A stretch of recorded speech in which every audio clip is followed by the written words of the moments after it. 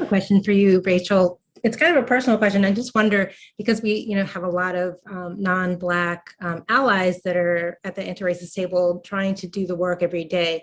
What is it that you could say for yourself has been your why that has kept you motivated, especially when you began this journey of really centering anti-racism and equity for all?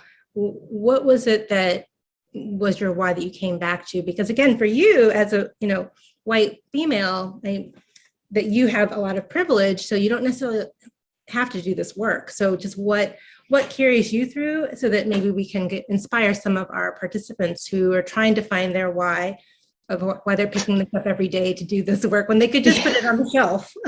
Yeah, that sort of privilege of ignorance and sort of the sort of fallacy of innocence. I think what's been important for me, so I think what's part of my bio that other folks might know or not know is that I grew up in rural Appalachia, and I think that there are a couple things, but really actually when I was an undergraduate at UVA, I had the opportunity to take a class with Julian Bond, who, as many may know, is an amazing, he's been amazing for the university.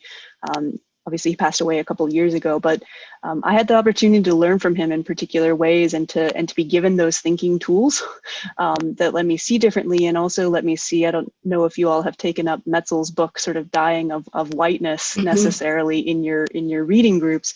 But I think, the space that I've been in where I grew up, you could see it, right? The way that white people are actually dying of whiteness too. In my immediate sort of peer group, it's kind of personal, right? But it's like I had a couple of cousins, they had friends, like the sort of toxicity of whiteness around them and certain things that were happening for them.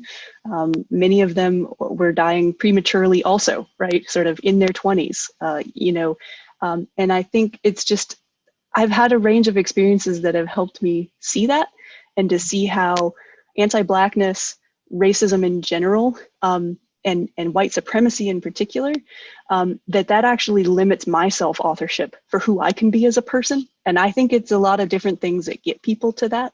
But for me, that's a lot of what it was about, right? Is like, I can't actually be who I could possibly be because I'm stuck in this too.